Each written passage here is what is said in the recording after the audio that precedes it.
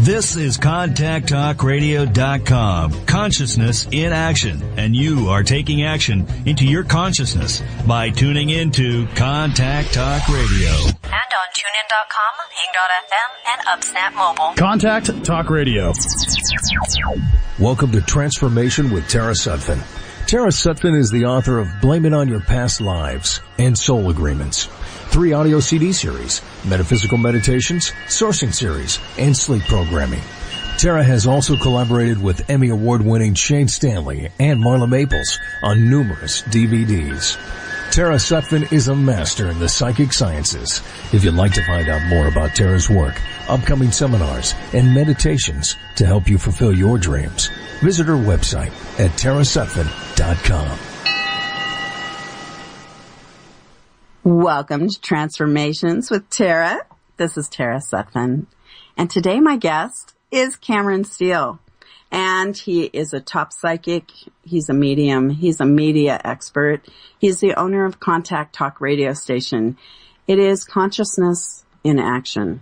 And I'm so happy to be a part of this Consciousness in Action. And as a psychic, he is phenomenal at getting names and conveying important messages. He's an entrepreneur at heart, and Cameron weaves his business acumen with gifts that keep on giving. Oh, thank you for being on the show today, Cameron. Well, the pleasure's all mine, and you're very cute, you know. After your intro plays, hi, this is Tara. I just thought that was kind of cute the way you said that. But it's lovely to be here, and you're my friend, and I love you, and thank you for inviting me on. And it's really, it's a pleasure to be here. It's a pleasure to be here, you know.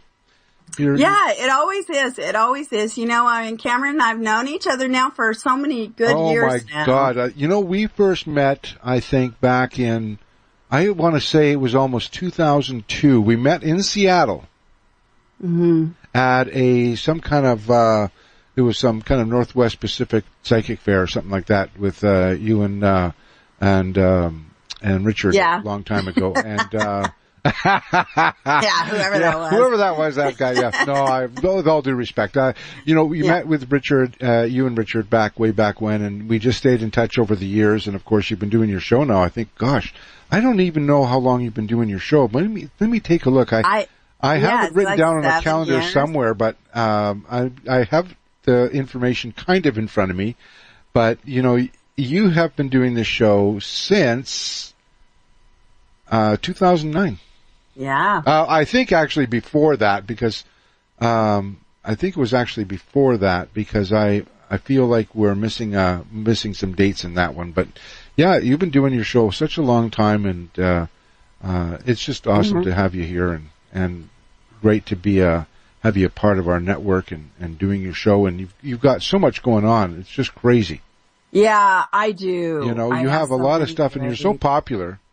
You know, oh, thanks. You really are. No, it's true story. Listen, I see the Twitters and the you know, every time you follow. Yeah, 2009. So that was your first show. You know who you had on for your first show? Who? Sharon Jeffers. Oh, Sharon? Author of Love and Destiny. Huh, that's wild. Yeah. Yeah, I remember that book. And, you know, and I'm really great friends with Robert Lee Camp, who's actually the real guy. She probably learned from him. Yeah. You know, because he's really just a walking astrological computer when it comes to those cards. Well, you know, so many people. You know so many people. Yeah. It's crazy. And, you know, it's wonderful having you do some of these interviews that you've been doing, and it's fantastic. You. Yeah. You know, I just know so many different types of people, and you just never know why sometimes you know these people, and it always falls into place, such amazing, beautiful experiences. Yeah. I feel so fortunate every day. Yeah. And and I really love great minds. That's my big thing, I guess, is minds and words, and I have a lot of karma with writers. You know, if I'm not getting them started, I'm definitely they're drawn to me for some reason. Yeah. That and psychics, of course. That, yeah. I mean, you know, psychic. You're an exceptional psychic yourself, so. Thank you. Thank you. Yeah. Well, and I always thought it was natural for everybody to be like me, but, and I try never to, be too airy-fairy that it has to be used on a practical level. Cause people ask me about aliens, they ask me about, the other side, like do I explore the other side to a large degree and stuff? And it's like, well, your feet are on the ground here, you need, even though we're kind of specks of particle of dust in a land of what we think is very important. And it's a lot of, if you look out, even from the moon, you can't see any human activity on the earth, really. No, you can't. I mean, we're just a star, Yeah. To billions of, we're just, if you were looking at us from a distance, we're just a star. Yeah. And when we look out into the universe and we see stars out there, some of those stars could be planets. I mean, we look at Venus and Mars, they don't look like Venus and Mars at night. They just look like a star. You wouldn't know they're planets unless you look through a telescope and go, oh, these guys are planets. I didn't know that. They're shining like a star. Well, they're shining like a star because the sun's shining on them. Well, even when we're broken up when we're in microscopes, our bodies are seen as stars. Well, that's right. Yeah, the blood we have, the blood going through us, it's all stars. Yeah, it's all stars. I mean, there was Dr. Emoto put that out there, but before Dr. Emoto, there was someone else that did that too. I went to a workshop actually. I forget who it was, but it was Transformations of Blood or something. It was called Transforming Blood. I thought it was called. It was very interesting. Yeah, how to transform I'm into that transforming. Well, that's that's the vampire in you coming out now. I've been wondering when you're going to turn me. I mean, I know you got that special daylight ring. I'm just waiting for you to turn me. Come on, what you waiting for? Right. Well, it's all that extra life force. So that's right. That's right. Yeah, that's right. Yeah. That extra power with the moon energy and. Yeah. Well, you're a big moon person. You're a big moon person. Oh, huge. Yeah. Huge. Yeah. You love the moon. Yeah. What does the moon? What does the moon mean to you? What does it do? What does it do for you when you look at the moon? Well, for me, it's when it's full. It is the highest energy upon the planet. Well, it moves to all the oceans of the world. Isn't that also the thing where the women are in their moon because it's full? They're full. Yeah. Yeah. Probably, but, it's really interesting talking about blood, that we don't all blow up because of the moon, because it is moving all the waters of the world. Right. That's why people kind of go nutty, moon time. The cycles of the moon and the cycle of the planet, a lot of people, associate it with the religion. A lot of religion and dogma has kind of come together with the cycles of our world. Yeah. And in reality, it has nothing to do with dogma. No.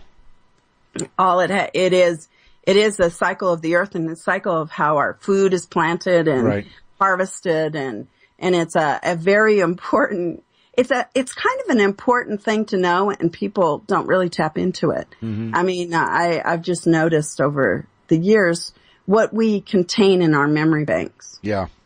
Yeah. A lot of it's memory. Yeah. We have things. I mean, I often look and how did I know that? Like, in fact, I was just talking the other day to, Phoenix, little Phoenix. He's sort of little Phoenix is growing up. He's so awesome. Oh, you gotta, I wish you could see him soon. Jaden, of course. I love Jaden. Jaden he's such a love bug. These kids, So anyways, these are Cameron's kids, and I love and the Phoenix kids. are just love bugs, Yeah. And so anyways, Tia, of course, you've not met Tia, and Tia is really, she's out there. She's awesome. But, I mentioned something to Phoenix the other day and Jaden, and we talk about intuition and knowing things, and I think that when I was talking to them, they'd asked me a question. I didn't actually know the answer, so I had to intuit the answer to see if, just to give them an answer. And they said, Dad, how did you know that? And I think it was Phoenix that said, how did you know that? And I was like, I didn't know how to answer that at first. At first I was like, well, I just knew it. I just knew it, son. I just knew it. And I said, but you know what? Let's go look on the internet to see if I'm right, because I could be wrong. So let's do research and find out if I'm right. And I was right, of course, what I said. I forget what it was that I was right about, which doesn't really matter at this moment. But it's because we tap into an energy field. I like to look at it as an information highway of energy. You know, we look at how we receive information, and we tap into energy, and realize, you know, we could intuitively answer a question. Even though we might not really know the answer, we intuitively do know the answer if we quiet our mind for a second and just intuit the answer. Because I look at it, I equate it to how we are in the world.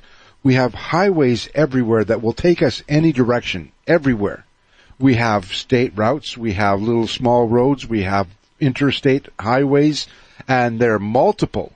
I mean, they're multiple everywhere. I mean, if you were to look at a map, and you see all the different roads that take us to different places. I mean, there's always a road to somewhere in the world, you know? And I look at that and I go, okay, so if we were to lift that grid up and create, and in our minds create an energy of information, all the people that are on the highway, driving their cars or their motorcycles or in their buses, that's all energy. And that energy is in movement, and it's going places, and it's going somewhere to the west or the east. We could tap into all that energy and find the answer. Oh, yeah. You know? And so when I look at that and I think of the aspect of knowing things, I go, okay, well, let's just tap into some information on the information highway and find out what it is.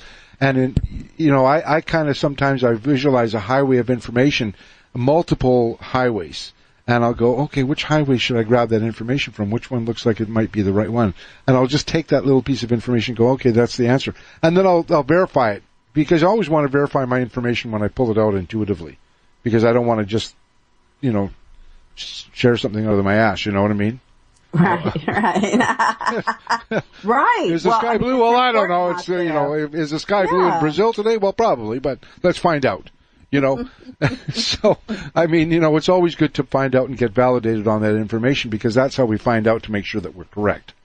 And once we know we're correct on a piece of information, then we can start doing it more often.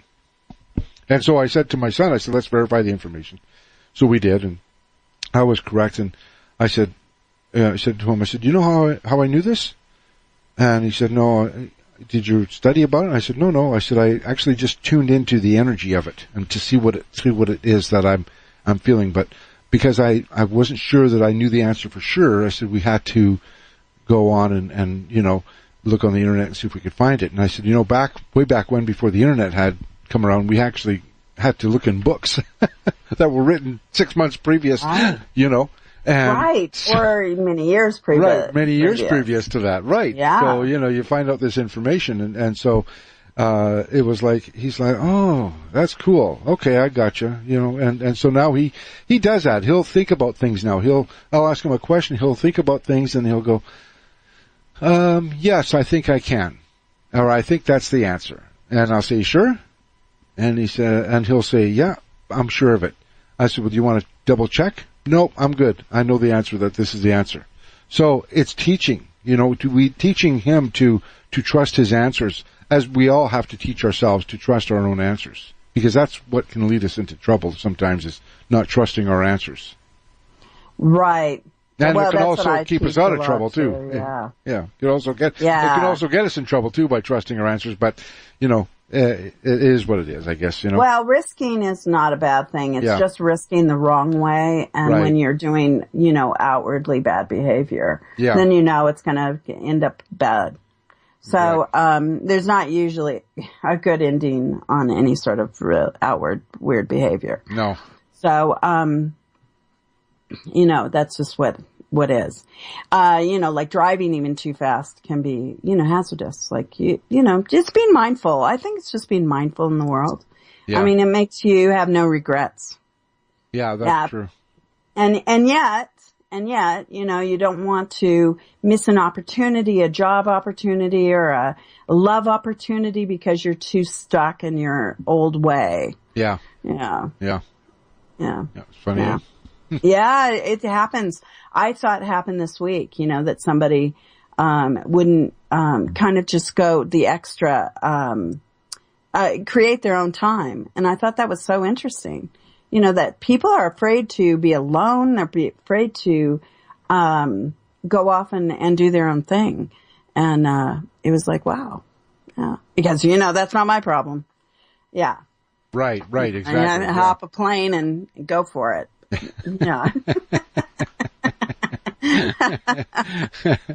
But I always have a destination, and I don't feel like I'm just being dropped off in the middle of, sometimes in the middle of nowhere, but, but still, it's a destination. It is a destination for sure. It is. Yeah. Yeah. And you were talking about the, these, we can go around in circles on these information highway roads, but, but the thing is that, I was just in New Zealand and everything's a tribal road. They went around the tribal ways of the different old tribes. You can tell they didn't have any Romans back in their planning system back in the day. So, they're all over the place anyway, but their minds aren't. Yeah. Boy, they are so together. Mm-hmm. And, it's just so surprising if you hear of somebody kind of being self-destructive as a Kiwi. Mm-hmm. They're just really a society of non-destructive types. Mm.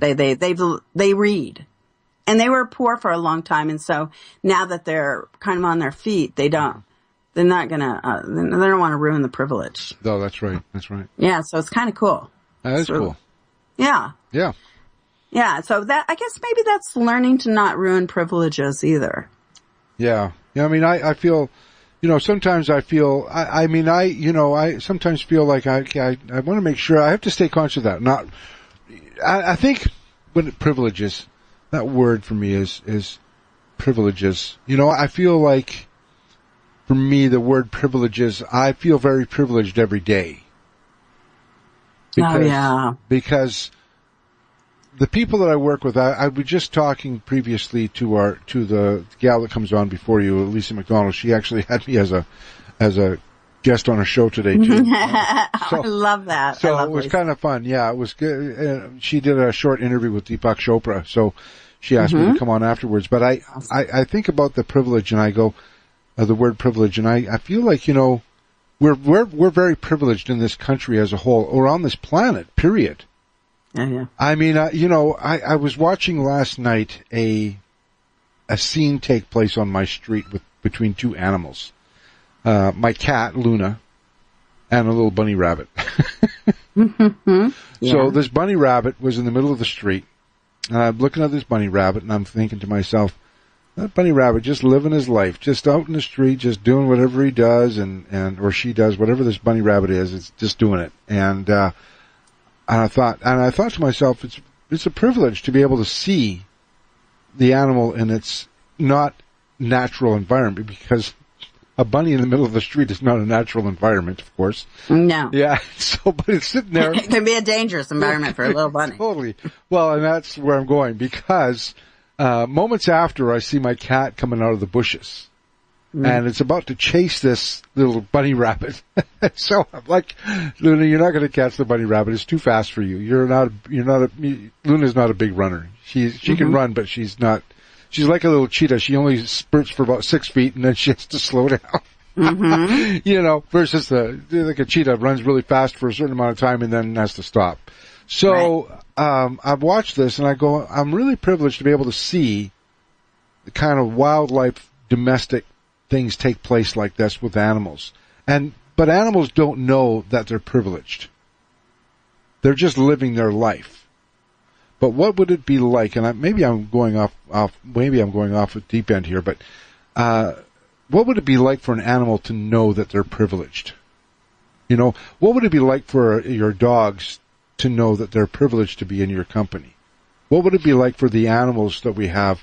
And what's it like, if we as human beings remember, what's it like to remember to feel privileged? I feel privileged to be on your show here today right now. I feel privileged to be able to know who you are. If we could take that word privilege and really I think that would really make a difference in people's lives if they really understood that word privilege. Right. Because I feel like if we look at that word and we feel privileged, it makes us appreciate the little idiosyncrasies of life that we have happen to us, that come around to us, on how the universe and the energy works towards what we're doing, and how we're feeling in life. And the privileges that we take maybe for granted aren't really something we should be taking for granted.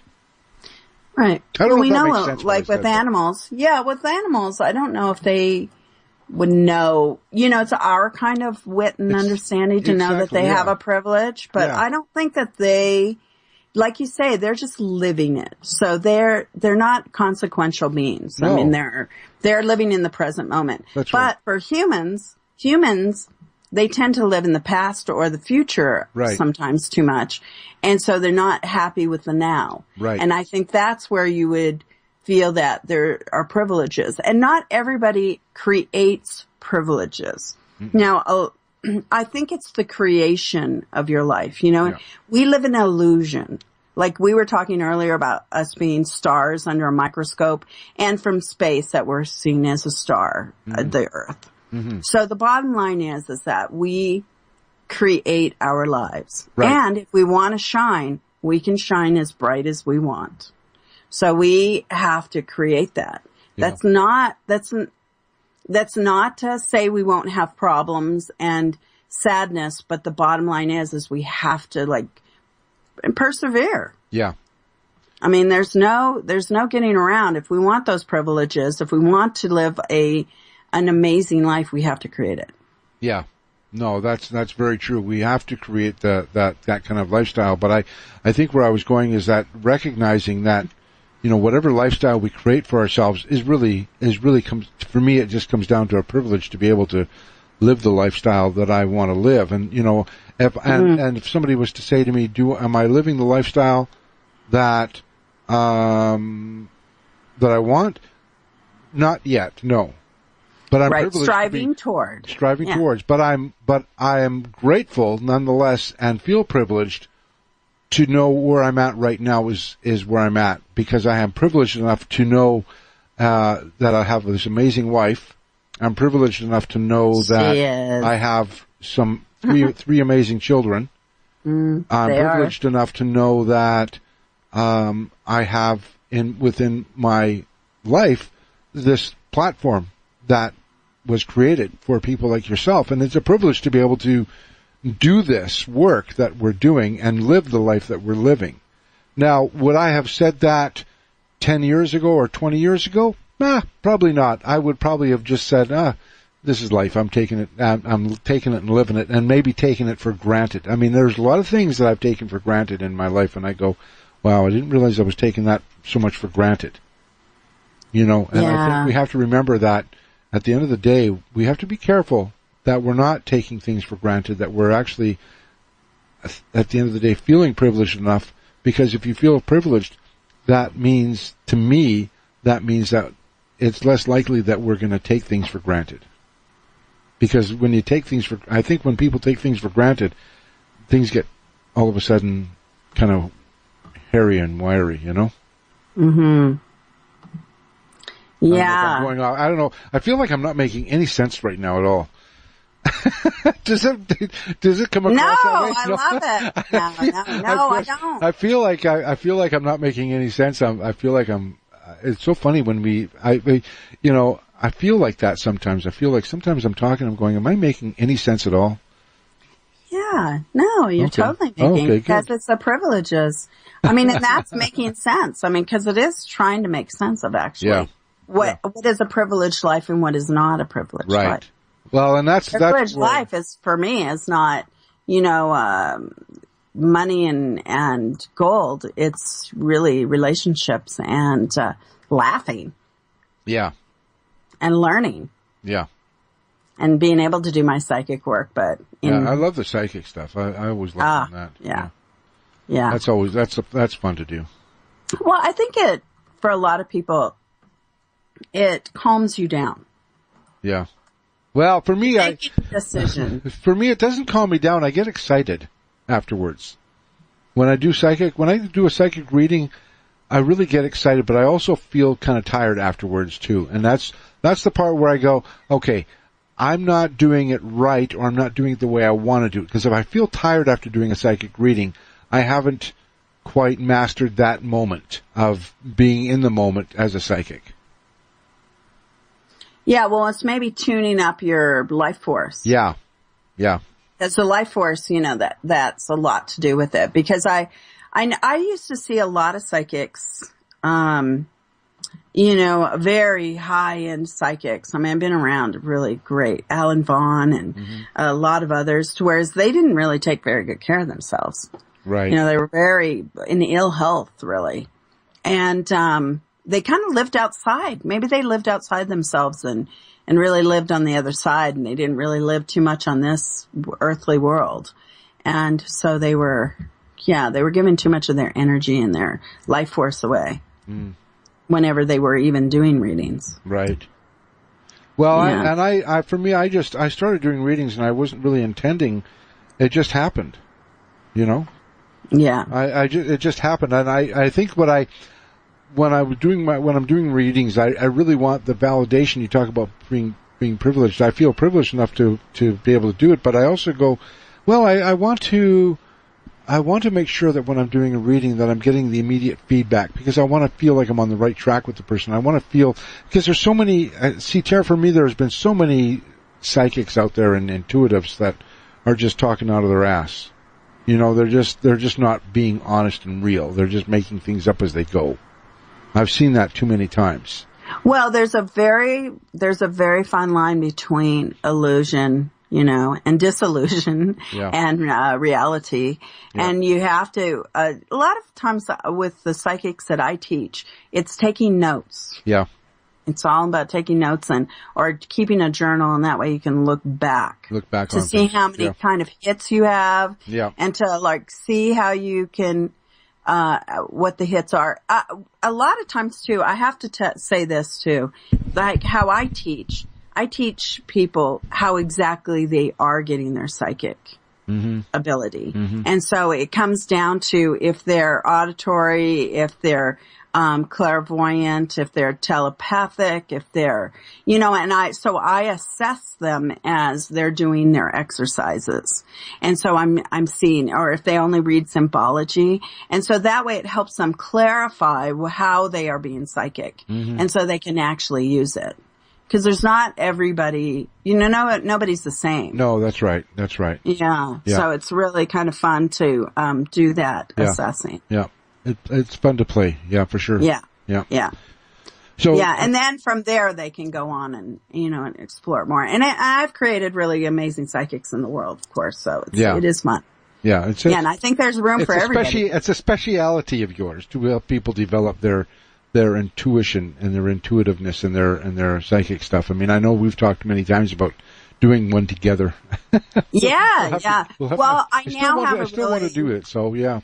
Right. I have different assistants for different things, but I have now an incredible assistant, and I don't want to work her too hard because she's doing great. But she's really good at seminars. So that's cool. So now I have somebody to back me up, because it's all about the backup. I have my other assistant too, and she's phenomenal with people, and she's phenomenal with getting back to everybody and product wise and stuff. But I just really So I now have to, and there's a third person coming in who's going to do tons of different stuff for me. So I'm it's happening. My team is building, and I'm excited. Okay. And then I have my team, in Alaska too. Yeah, so I'm feeling very fortunate.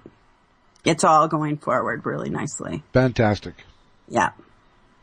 So I'm hoping I have even better news. I had such great news this week, and so I'm hoping, more good news. I expect it. That's part of my expectation. It's expectation of having good news. Yeah. That I clear. It's so easy to go when we're in a negative space to stay there. Right. And then I keep clearing and clearing and clearing, because, since we are really, small little beautiful lights in the world. I want us to shine our brightest while we're here on the planet. Oh, that's important. I know that when I get in a negative space, it's so easy for me to stay there and go down that road. And then when we get in a positive space, you know, it's kind of funny because when people get into a positive space, it's like, how long am I going to be in this space for? There's an expectation of not being able to stay in that positive space for too long. Yeah, but you know, Cameron, you're a Scorpio, and so just from your Scorpio standpoint, you know, you're probably so empathic that I'm my own worst enemy off of sometimes. other. Yeah, you're feeding. You know, all of a sudden you open up that channel, and then you're feeling everybody else's pain as well. Yeah, I do that. I do that. So you have to block that off. You know, the empaths need to block. Yeah, they do. That's true. You got to go to break, my dear. Yes, we're breaking. And you are listening to Transformations with Tara, and I'm talking to Cameron Steele, and we will be right back. Welcome to Transformation with Tara Sutphen. If you'd like to find out more about Tara's work, upcoming seminars, and meditations, visit her website at tarasutphen.com.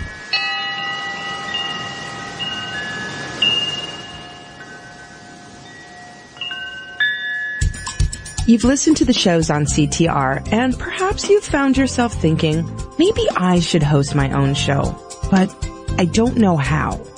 It's easier than you think. From the beginning with private coaching sessions to your own live broadcasts, CTR Network will prepare you on every level to share your knowledge, expand your brand, and take your business to the next level. At CTR, we nurture your vision and make it a radio reality. Contact Cameron Steele at 425-221-3646 or Cameron at ctrnetwork.com and put your dream into motion today.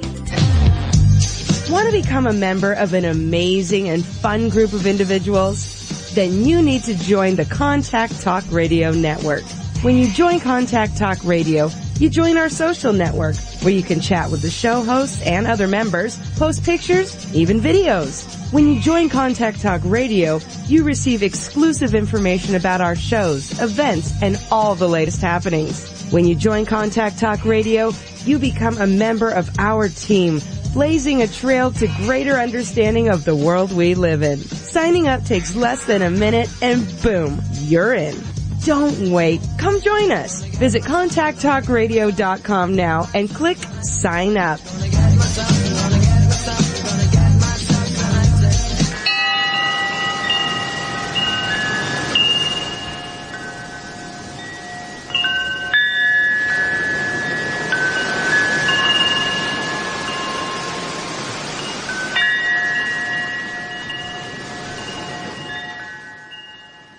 Welcome back to Transformations with Tara. This is Tara Sutphen. And my guest, Cameron Steele, he is a media expert. He is a psychic and a medium. And I want to brag for a minute because you can find him at CameronSteele.com. And CameronSteele.com is CameronSteele.com. And he is just a great psychic. Oh, I mean, stop it. Oh my God. And you are. You know, sometimes he's so cute and humble. And when he's doing the readings, you know, like he's not sure about you know, like you get so cute and how you do it. And then, but he's like phenomenal. It's really amazing. Coming from you there, that's awesome. Thank you very much. I appreciate that. I had a good lesson in humbleness anyways, and so that's probably where that comes from, because I really do feel, you know, I at one point, so I tell you a story. I did a workshop. I read a book. I thought, I love it. God, this is so funny. I laugh at about this now, but so people will love this story. So when I started on this, I've always felt different. I've always felt like I'm a little different from a lot of people in growing up. I mean, I could see colors around people before in fact, before it was cool. Before it was cool, yes. And I said to my mom one day, I said, why are all these people different colors? Now, I said this to her. I don't know how old I was. I just remember asking the question, but it's her answer that I remember the most. And she says, well, they're from different countries. Some black people are from Africa, and this is going back, So she was actually years, going the color of their skin instead of the color so of I their said, aura. well, what about the purple people? I said.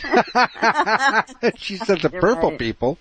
I said, yeah, the purple people. And she said, she says, you're looking at their auras. And I said, their auras. And she explained what an aura was. But my mom was reading Emmett Fox when she was pregnant with me.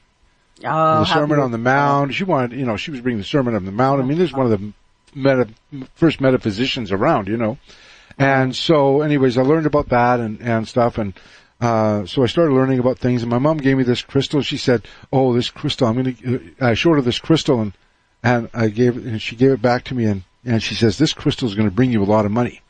And I was like, that's cool. I was just taking it for her word. And I mean, I was just, I was kind of like, a kid, kind of in a candy store, even though this was later in my life when I was an adult, I was still very, there was a certain naivety to me that I really, and I still to this day kind of hold on to, because sometimes it's the naivety that we get, that we are, I hope I'm saying that word right, that can really bring things into fruition. So she had the innocence, yes. So the innocence of it. So she handed me the crystal and she says, this is going to bring you a lot of money. I was like, I'm going to buy a lottery ticket now. So I was out once in a while buying these scratch and wins, before there are scratch and wins now. There was not very many back then, but so I was buying these scratch and wins once in a while. So I went into the store and I bought this dollar scratch and win, and I won $7,000. Wow, how old were you? Right? I was probably about 19 years old or something like that. No wonder you're not a professional gambler. I was probably 22 or 23. Well, that's another story, but maybe I was a little older, maybe 22 or 23. Anyways, and I thought, it's the crystal. Wow. It's the crystal. It's a crystal. But in that moment, right after that, I realized, okay, and then it was the crystal, and somebody told me, said, well, it's not the crystal, it's your belief in the crystal. And that just confused the shit out of me at that time. Because I'm like, it wasn't the crystal after all. I really took that because someone that I really looked up to as a spiritual type person said that to me. And I was so heartbroken that it wasn't the crystal, because I wanted it to be the crystal of the reason why, because then I could do more with it, And so it was really heartbreaking. I was like, okay, now I got to take this path and figure this whole thing out. And if it was just me, how did I do it? So it opened up a whole Pandora's box, if you will, And so. Yeah, I have this. I want to just insert that I have this, client who won the lottery. Yep. And she has me do her charts all the time. And, she has magnetism on her midheaven. And so it's really not, what you're thinking. And maybe you are a little more magnetic when you have that crystal. Well, well, that's it. So I realized I was like, hello. Yeah. Well, exactly, right? So, where's your crystals now? Well, I know. So, the funny thing is now it's Lucia's hand. So whenever her hand starts to itch, boom, money's coming in. That's always the case. And so I always get concerned when her hand is not itching. Yeah. Her hand better itch, but you better have your crystal nearby. Well, exactly. Well, anyway, so I realized that this time I'm like, this is going back now, and I'm going, okay, so if it's doing me, so I need to read more books about this stuff. So I started reading books, and I started reading Wherever You Go, There You Are. I read the Celestine Prophecies. I was reading Barbara Brennan's book. I read We Are the Pleiadians, and some other books about the Pleiadian stuff, and I was totally into the whole Pleiadian thing, and I still am, of course. Mm-hmm. And it's just I don't talk about it much, but anyways, I thought, I'm going to teach a workshop about this now, because this is cool stuff, and I want everybody to learn what I know. Meanwhile, I'm still a newbie at this. I'm not even got my, I'm into my ankles, I'm not into my knees, or I'm not waist deep into this stuff. I'm just reading books. But now you're way deep in it. But now I'm like, okay, well, now I'm way deep in it, of course, but this is going back a long time ago, now I'm I'm up to my neck in this stuff. So, so I decided I'm going to do a workshop. So I put this little flyer together. Oh, learn intuition, learn to be psychic, all this other stuff, right? And I was playing with stuff at home. I was doing all this kind of stuff at home with friends once in a while. I'd make 2 salads, and I'd put a lot of love into one salad because I was learning about intention and all this other stuff. Oh, I love this when he talks about this. So I made a nice big Caesar salad in one bowl, and I had an identical bowl with another salad in it. One salad was made with tons of love and lots of good energy, and I was cutting it meticulously and making it look nice. The other one, I was cutting it the same way, I just wasn't being as meticulous. The 2 salads looked identical though, okay? They looked identical. Underneath one salad, I scribed the word, I put a sticker on there, was love, made with love. The other one was fear. And the first salad of love, everybody ate it up. Everybody ate it up. I mean, nobody touched the other salad. Nobody touched it because it was fear. So I thought, okay, now this is about getting into your head about this stuff, right? Talk about getting into your head. So I thought, okay, I'm so good at this, I'm going to start moving stuff. So I take little pieces of paper and I'd put them on the table and I'd try to move them with my hand. And there was moments, I have to say there was moments when I thought I saw the paper move. I really did. It was a crumpled up piece of paper, and I thought, I just moved the energy. I just moved the paper with my energy. How did I do that? Oh, I know how I did it. I started believing my own crap that I was moving this piece of paper. Maybe I did, maybe I didn't. I don't know, And then I started working with animals. And so I had this cat, the cat one day was really sick, and I had my Reiki certificate. I did all this Reiki master stuff, and I got this Reiki master energy that I do, and so I'm like, okay, and I'm going to work on this cat because the cat's not feeling well. So I thought, let me feel this cat's belly, because it was kind of bloated. And I was like, oh, you're pregnant. Oh, you're not pregnant. Oh, yes, you are pregnant. All the kittens are dead. All the kittens are dead in the cat. I just know it. All the kittens are dead. So I took the cat to the vet, and sure enough, that's what it was. All of her kittens were dead, and they were all infected. So he had to operate and take all the kittens out. So, but I said, after all this stuff, I decided I'm going to do a workshop. And this is a story of being humble. So I start passing out flyers, and people are coming to the workshop. My first ever workshop, and I'm having it in the living room of this house that I live in the basement suite of.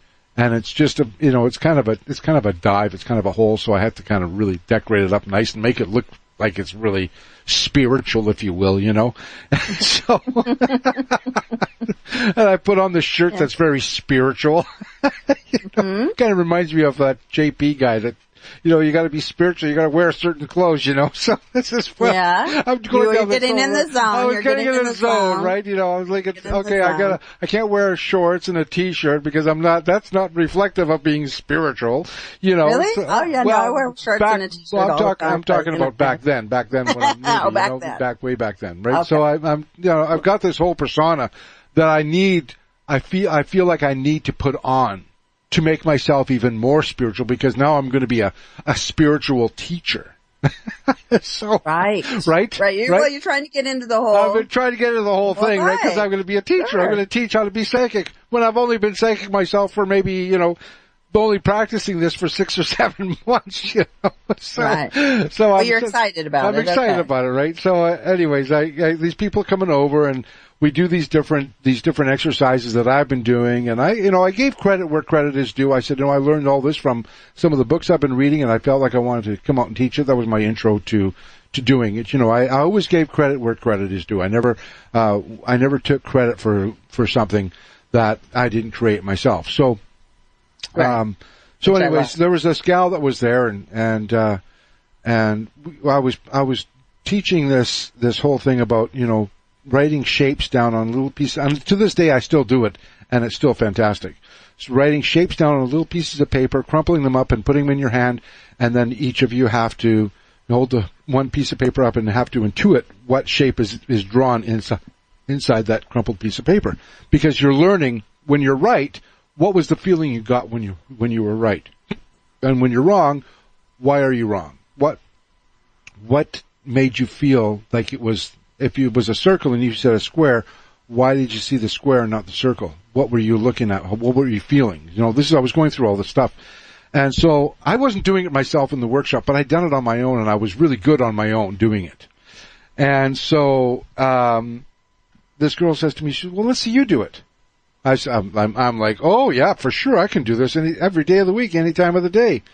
Because I was doing it on my own without any issues.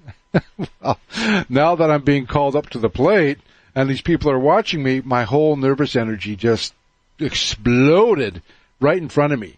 And I'm like, oh my God, now I have to prove what I've been doing on my own for a while now. Oh shit. Well, yeah, and performing like a poodle in front of everybody. Well, that's right. I felt like I had to very hard. Right, I had to perform now. So, pardon me. So I'm sitting there going, okay. My ego just completely took over, and I stand up and I say, well, for sure, no problem at all. I'll just, give me some paper and crumple them up, and I'll do it right in front of you. I said, it's so easy, you won't even know you will be just amazed by all this. That's my ego talking, Tara. I'm so into this, and I mean, we're talking going back, I'm 54 now. I was 20, maybe 25, 26, somewhere around there anyways, Okay. So they hand me the pieces of paper, and I do this whole, close my eyes, I put my hand on top of the piece of paper, and I'm going, oh yeah, I see a circle, I see a square, I see a rectangle, I see a triangle, and I'm like, oh yeah, no, this is a circle. We open it up, it's a square. Oh, that's odd. Oh, that's weird. How did that happen, I wonder. Well, give me another one. Let's try again. Because I'm in teaching mode, so maybe I'm just a little nervous. I get every one of them wrong. And I realized in that moment, I said, you know what, folks? I said, I'm sorry. I recognized in the moment that I was totally in my head about it, in my ego, feeling a bit showy, trying to show off a little bit, my intentions were good. My intentions were always about really teaching people what I knew, but I didn't know how to teach people because I didn't know how I knew. I wasn't in that zone of being able to find my way of being able to teach it.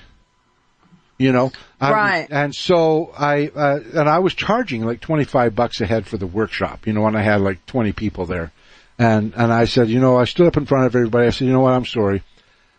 I said, I totally got into my head, and I gave everybody their money back, and then I took this trip of I took this myself down this road of going, I need to discover what's going on for me but it was a very humbling experience to be called out and realize that what I'm doing, I'm not qualified for one thing to teach this just yet because I'm not even in that, I'd only been doing this spiritual stuff and psychic stuff for 6 months. Right. But still, yeah, I understand. But I would have maybe approached it differently, like it was everybody doing it. And then, because, you're not going to do that's an exercise that's, takes a lot of practice. I had everybody doing it. And then, but one girl said, well, let's see you do it.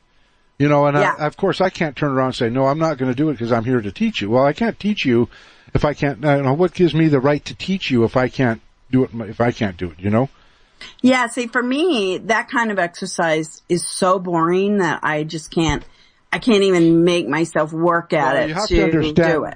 You have to understand that at that time, for me, it seemed exciting. Yeah. You know what I mean?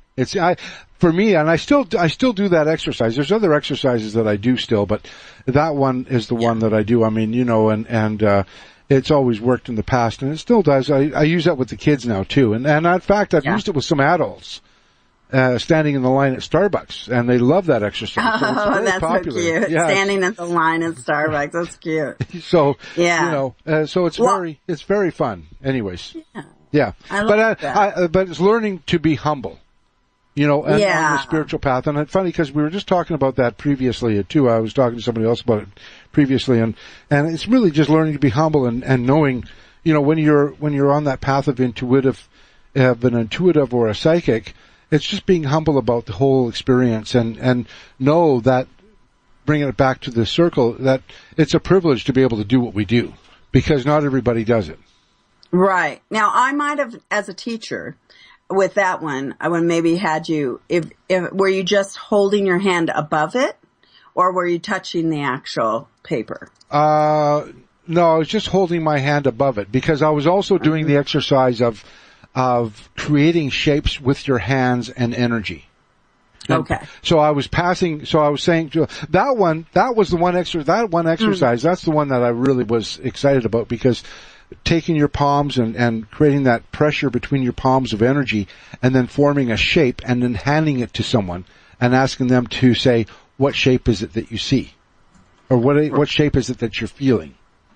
Right. Now, see, I would have then said, those are kind of group experiences to me. Yeah. So then, because everybody then could share. Yeah. And then I would have, because they might not see it actually in the form of the written box, say, right. just square. So then they might see it as a cardboard box, though, if they're asked to see it as a metaphor. Right. Well, and that's symbology, and that's a lot of, and that's breaking down how you can start to see in symbology, if that's how you see psychically. Well, that's right. That's right. Dream therapy. So anyway, I teach a lot of that. Well, you see, and that's the thing. So not to be frustrated by just, if you didn't see it or you didn't move the paper, not everybody's good at it. No, but you see, this year, I think that at that time, I remember I was only 6 or 7 months into it.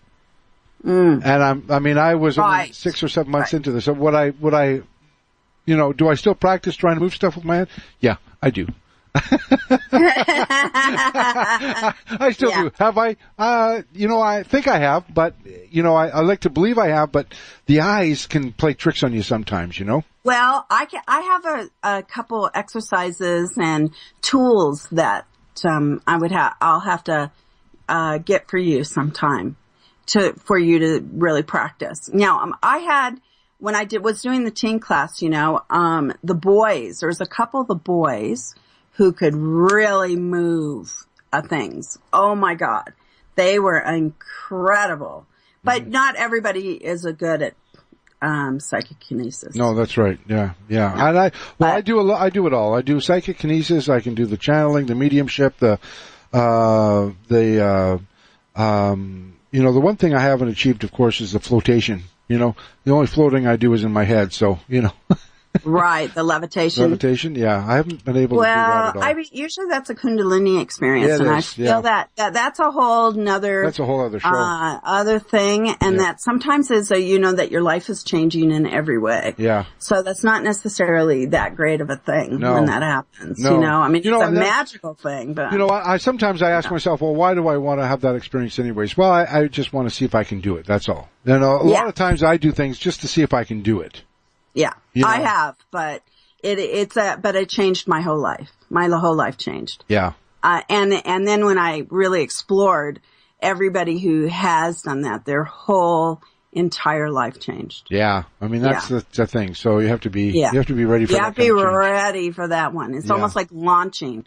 Yeah, and it's the weirdest experience that I ever had in my entire... I've seen people do it. I've seen people have that experience, but I've never experienced it myself, and it fascinates me to no end.